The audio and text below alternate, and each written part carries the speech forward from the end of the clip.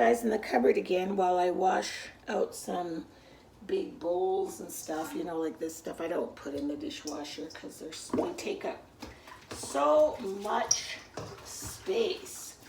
But you know what, like, you know, the new year is coming and you know how they say make New Year's resolutions and stuff? I don't normally make New Year's resolutions. I normally, oopsie, I'm getting this thing to put them on. I normally pick a word. And I'm trying to find a word because what I want to do, I'm like totally disgusted with the amount, you know, I'm very anti-plastic and all of that for the environment. And then I went up into my bathroom and looked up in the cupboard where I have all my, you know, beauty lotions. And there were so many plastic stuff that it just made me sick. I don't know if you guys have ever seen the documentary Drowning in Plastic. But if you haven't, look for it. I saw it, it was on TV, it was on the documentary channel. It is just, oh, it just makes you, I don't know, like you're just like, it's so bad that it's almost hopeless. But then you don't want to add to the problem by saying, well, it's hopeless, so what's the point? So my goal this year is to no more of those Bath and Body Works soaps that you know, you pump them and that nice foam comes out in the pretty bottles. Nope, once those are gone, we're going back to bar soap. So that'll eliminate those because I have one in each bathroom and I bought, you know how you get 5 for $25 or whatever, so you get sucked into that. So I've got a cupboard full of them. So I'm going to go back to hand soap and buy, there's beautiful soaps at like Marshall's, and they have the most gorgeous boxes they come in, and I'm going to get some lovely soap dishes, and I'm going back to hand soap. And for shampoo, this Christmas I gave all the girls, and it's so funny because Julia did the same, so I got 2 of them, shampoo bars for your hair. Instead of a bottle, use a bar. And I used one last night. Beautiful. Just the one she gave me was from Lush. And you don't have to go to Lush. They have them in Walmart now. I'm not sure who they're made by, but the bar is a shampoo bar. And you probably heard me crinkling this bag. We do not throw these away anymore. These Ziploc freezer size bags, storage bags, we just wash them out and let them dry. And yeah, we're not buying anymore. We don't have any more plastic wrap. I made those beeswax, you know, these guys. So I just leave them out, and if we have something to wrap up, we use that. So it's like, after seeing that documentary, it was like eye-opening. Like, come on, people. Have you guys ever heard of moose milk? What? Okay, I'll tell you what it says on the back of the label. Shannon brought this, and it's like Bailey's, you know, Irish cream, and you put in your coffee, but it's moose milk. And it says, once a festive drink exclusive to the Canadian Armed Forces. With a nod to our fighting men and women, we bring you the finest crafted Canadian cream liqueur. Now, and then it says, no moose were harmed in the making of this product. It's so funny because it says moose milk, and Shannon's like, at our brunch yesterday, she goes, does anyone want moose milk in their coffee? We're like, no, ew. But apparently what it is, the Canadian Armed Forces around the holidays, if they had any hard liquor like rum, whiskey, vodka, whatever, they all pooled it all together, and then they added vanilla ice cream to it. And so someone, who is this, trying to see who it was. Oh, they're from Elk Island Spirits Company, Sherwood Park, Alberta, which is right, it's like we're in St. Albert, Sherwood Park is like the next hamlet on the other side of Edmonton. So someone there has made the recipe up. It is so good, you guys. It's like, so I put that in my coffee this morning. So good. And it's white. It's like like milk. Let me show you. Yeah, I'll pour a little. I'll just do a little drizzle in my coffee so you can see. It's kind of a white. I don't want much, but just so you can see. Come on, Moose Milk. There. Did you see? It's like milk. And it's so good. So, me, who's not supposed to drink on my medicine, but what else? A little bit of moose milk. Nobody said you couldn't have moose milk. We had and learned about this Christmas. So I'm just finishing up. I've washed all those bowls. I wiped the table off, wiped the cutting boards off. Everything's all done. So I'll see you in a little bit. So today we've got some turkey soup on the pot. So yummy. And it's going to go deliciously with our bread. We're making artisan bread, but we're making it outside on the wood fireplace. So on the wood stove. So we're just curious how it's going to work, but I'll keep you guys posted. So I thought, what would go better with nice yummy bread than a pot of homemade soup? And I've got a bit of a cold, so perfect. So in here is some leftover broth. There was too much broth in the pan. It's steaming up, sorry.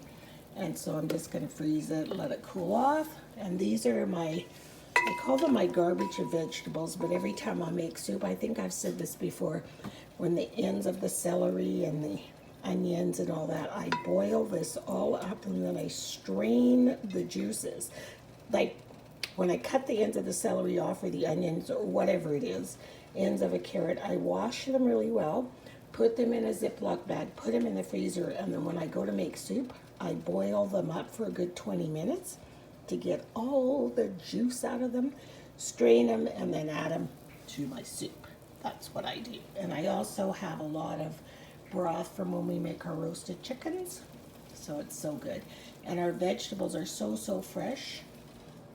These here just came from outside. Now you guys know we live, it's snowing, it's cold.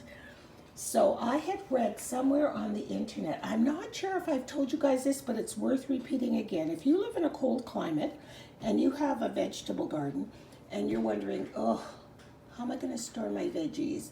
I mean, you can freeze them, blanch them, put them in the fridge, or things like potatoes. You don't want them to go bad, you know, if you have a good hearty stock of it. So what you do is get like a garbage can, it can be a Rubbermaid one or whatever, and you fill it with dirt, potting soil, and then you put your vegetables as you pick them from the ground right into that potting soil. It's like you're planting them again. You're just putting them in there, layer of dirt, layer of veggies, layer of dirt, layer of veggies, whatever, and then top it with that potting soil, put the lid on and leave it in your garage over the winter. It is like a cold cellar because we just pick these and look how crisp. Right out of the garden. It's like, it's as fresh as fresh can be. So yeah, that is an ideal way to store your vegetables over the winter. We love it. It's like we're going to pick the garden again. Hey Google, how much time is left? 15 minutes and 10 seconds remaining. Yeah, I've got 15 minutes to put that bread into the pot. The pot is out there and it's heating up. So, yeah, doesn't this look so soothing and so good? And man, it cleaned out our fridge because people bring broccoli and whatever. And we got peppers in here and the turkey and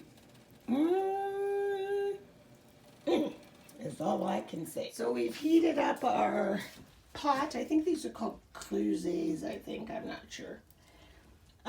Anyway, the stove is really, really warm. The pot is warm. It's sitting on a ring, can you see under there, from a canning jar, so it doesn't scorch on the bottom. So now all I have to do is put the bread in the pot. Okay, I've put the bread into the oven, and then I'm just gonna got some pot holders, the lid on. leave it like that for about a half an hour. And we'll come back and check it and see what's going on. Like that, because before they come here, they're just learning everything out of a book. Right, and then especially the history class can see things firsthand. So you don't want to sell any of this stuff, do you? Not really. I don't blame you, because you have a really nice display here. Nice collection. Yeah, I got it pretty well filled up. It's almost like Christmas. So we've been out here a few hours. I've been knitting and Richard's been reading, and we've changed our bread, and then we flipped it over so the top would get browned, and it's absolutely amazing, and it's hollow, how you can bake anything with absolutely no power. We didn't use our power inside the house at all. So that's kind of fun. Hey, Richard. Mm-hmm. So we're going to bring this in right away. And excuse me, it's so relaxing in here. We're going to bring this in right away and slice it up and have it with our homemade soup, which we could have also cooked out here. We could have, because it's just simmering in the house. Yeah, we could have had it sitting beside it. Deanna and I have been working on this project for a whole year, documenting the weather of every single day of the flippin' year, and today's the last day of the year. Last row. And I'm about to do mine's knitted and hers is crocheted.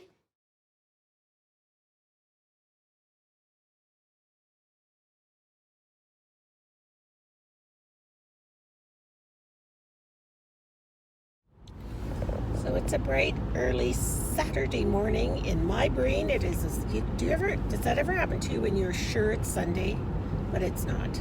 It's Saturday. I even said to Richard, I thought the radio announcer had made a mistake when she said, tomorrow on Sunday you can blah, blah, blah. I'm like, no, today's Sunday. Anywho, we're on our way to watch Ozzy play hockey for the first time this season, because he's in a new hockey league, which has taken him all over Alberta, but rarely in Edmonton. So this is one of his first games in Edmonton, so we're going to go watch him. And it's pretty warm out. It's +1, right? Yeah, that's what they said, which is about 33 to you guys. That's warm for us. As long as it's above freezing, balmy summer, okay? Because it's above, and it just, the difference between +1 and like -10 is the bite in the air. It's nice to just open your door or get in the car and it's not biting you, because the air literally feels like it's biting you, getting you. What? Is that a good description though? No, I guess so. It's like, Don't let it bite you. this is what it feels like to me. It feels like I'm being bitten. It hurts. It hurts, it's for sure. It does. Okay, we're almost here. Changed our kitchen around a tad because we got a new kettle.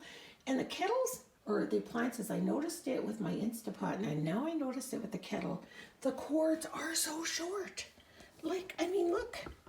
You can't move it. So I guess it's for safety for children, because they can't reach it, and the cord, you know what I'm saying? I'm pretty sure that's the reason. So I got this new kettle, and it's a clear one, and it looks so cool when it's boiling away. But I just had water in it, and it's all condensed. So anyway, I put my Ray Dunn mugs over by the coffee pot. So it's like that. So right now I'm going to whip up some keto cupcakes, but I'm going to put them on my channel, on my Monica Cooks. Because some of you have said, why don't you have a cooking channel? And I do have a cooking channel. It's called Monica Cooks. So go there if you want to see it. Start a new playlist. You guys are a little low, but you can still see me. And it's called An Inchy a Day, and Richard and I are doing it together, which is really, really fun. And you know, at first, the first 4 days, my mojo has so gone with my art lately, and I thought, no, I want to get that back. I want to do some art journaling and do all that stuff. So I finished our temperature blankets, my daughter and I. We did one for 2019. So we are doing a 20 by 20 canvas composed of 1-inch squares, 366 1-inch squares. So he's doing one, I'm doing one. I have no idea where we're going to hang these suckers because they're going to be so big. You can put them in the art cabin, I guess. But anyway, that's what we're working on. And you know, I was getting frustrated with myself because it's very difficult to draw on a 1-inch square, which is the challenge. But after I finished the one I did today, I thought to myself, you know what? It isn't about how good you are or how not good you are, or if the colors blend the way you want, or if it's supposed to look like a sock and it looks like a boot. Do you know what I mean? It's about the process, because the whole time you're doing it, you are thinking of nothing else but that. And it's so mentally healthy. It takes you out of yourself. You're creating, you're doing something, even if it's just an inch. And then accompanying mine is a journal. So every day when I do my little square, I write why I chose to do that square that day and date it and everything. So that's kind of fun. And so it's probably about minus 22, 23, and I am telling you, it is cold. So we're going out for dinner with some dear friends to a local St. Albert restaurant, so that should be fun. Also, my nephew, as we speak, is having surgery for a kidney transplant. So could you guys just throw him a prayer? His name is Jason, and he's having a kidney transplant after 7 long years of waiting. His whole kidney problem started as a result of a root canal he had done at a university dental clinic. Whoopsie. And the root canal was infected, and he got sepsis, and his liver and kidneys failed. Thankfully, his liver came back, but his kidneys failed. And yeah, it's been awful. So he's the one, I think, if you've been watching my vlogs for a while, where we made that visit to Vancouver to see him, because they thought that might have been it for him, and it wasn't, thank God. So, you know, thank goodness he was always very, very fit. Very, very fit. And he's in his 40s, so he's not old. So please say a prayer for Jason. So we're just upcoming to the restaurant. Look how pretty it is. Pretty lights. Downtown St. Albert. Isn't that gorgeous? We can go right in there. If this is smart. Yeah, but I have my Oh, do you? Yeah. So pretty. So hi guys. You know what you're looking at? You're looking at my beautiful copper crystal bowl. On Friday night, oh jeez, it was the pink moon, so I set my crystals out to be charged. And then the temperature dropped. I just set them out this door on the ground in the light of the moon. So, ooh, my fingers are warm and they're sticking. Oh God. Jesus, that's cold, sorry. But right now I brought them in because it's been so cold. I didn't even want to open that door. But then I thought, you know what, I gotta bring them in. Because it's minus 41 with the wind chill. So I think I'm just gonna run these under cold water, these little guys, because I have to wear an oven mitt. Because the metal bowl, my hands will stick to it. Because the warm condensation of your fingers will stick to the bowl. And I don't want these crystals cracking, so I'm going to run them under cold water to melt the snow. This is sea gloss in there. Look how pretty that looks. I love it. Literally cold. Today, officially, the CBC radio said it is colder here than it is on the North and the South Pole. Did you know that, Richard? No. Yeah, it's colder here than it is on the North and South Pole. Wow. Wow. It is minus 40 something with a wind chill. Then when you open a door, let me just show you. Oh, we've got the carpet, so no, we don't want any drafts in here because you're paying so much money to heat your house with gas, and you have the furnaces are just chugging away. So when you open your door, there's that. Can you hear that?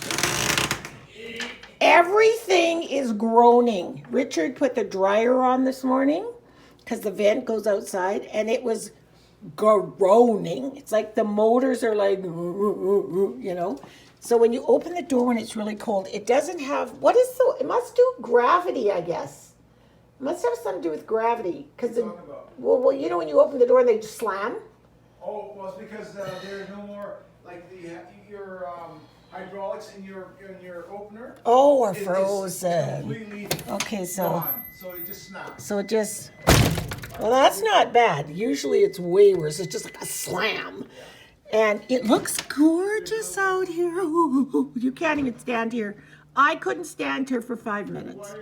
No, I'm just demonstrating. So there's that. I'm in the house and I am wearing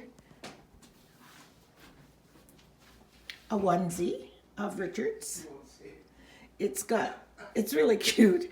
Has a trap door on the back. See? And under this, I have on full long leggings, a tank top, and a little hat.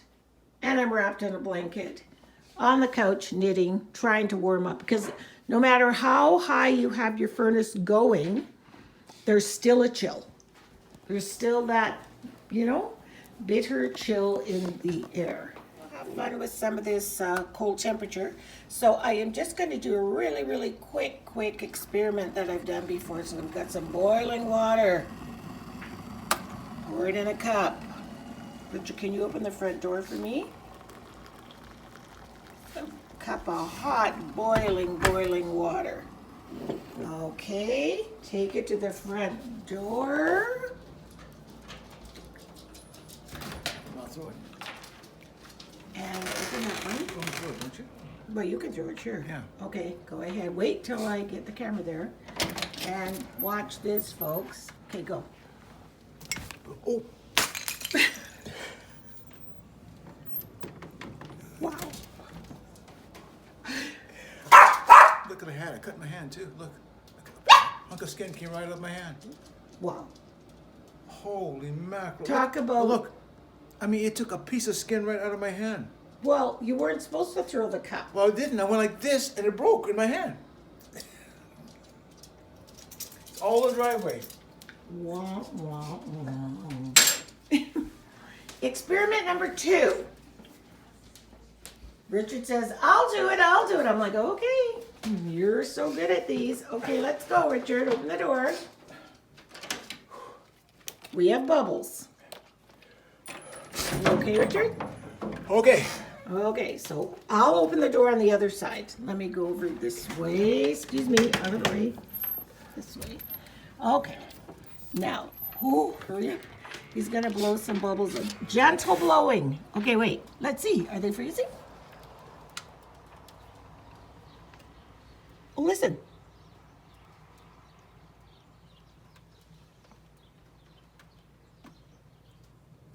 Yeah, they're frozen right on the ground. Let's do it somewhere where we can see them. Right here. Okay. Okay. So we're starting with experiment number 2, blowing bubbles. Okay. Oh, They all came in the house. Oh, this door's cold. There. Watch. Oh, they didn't have a They're chance to coming freeze. into the house. They're getting drawn in. Yeah. Okay. What's there? Let's watch.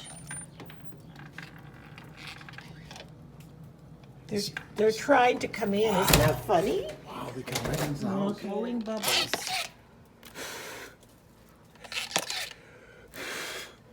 Richard, gentle bubble blowing. Gentle bubbles. Gentle.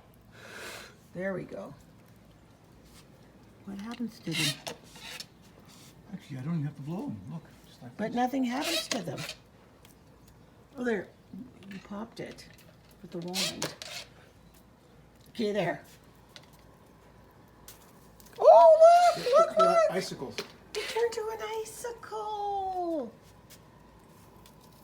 They turn into frozen icicles. Okay. Oh, that's so cool. You notice more when they come in and they melt, they hit the ground. They're almost frozen little things. Look at that one there. It's frozen right there. Oh, how beautiful. Let me get a picture of this. Looking bubbles on the snow. We're playing with the bubble maker. Look at that pretty thing. So I want you guys to see, no matter what we do, you know, there's a vent that goes to the outside for the microwave. Look at the frost inside. Oof. And the kitchen window. And I don't know what other window's frosted, but yeah. Some of them are frosted closed, you can't open them up. Not that you'd want to, but yeah. So it's pretty nippy. So I'm just running myself a nice Epsom salt bath in the middle of the afternoon. Excuse me. Just to stay warm and cozy. And I wanted to make sure that I said lovely thank you to you all for watching. And if you'll notice, our vlog entry is different. It's just welcome to our vlog because it's no longer just the weekend. This was a culmination from the end of December until now. So I hope you guys enjoyed it, and we will see you next time. And thanks so much for watching, and stay warm out there, all of you in this Arctic, what do they call this? An Arctic something. Arctic belt. It's just cold. So stay warm if you're cold out there, and pray for Australia. Thanks for watching. Bye.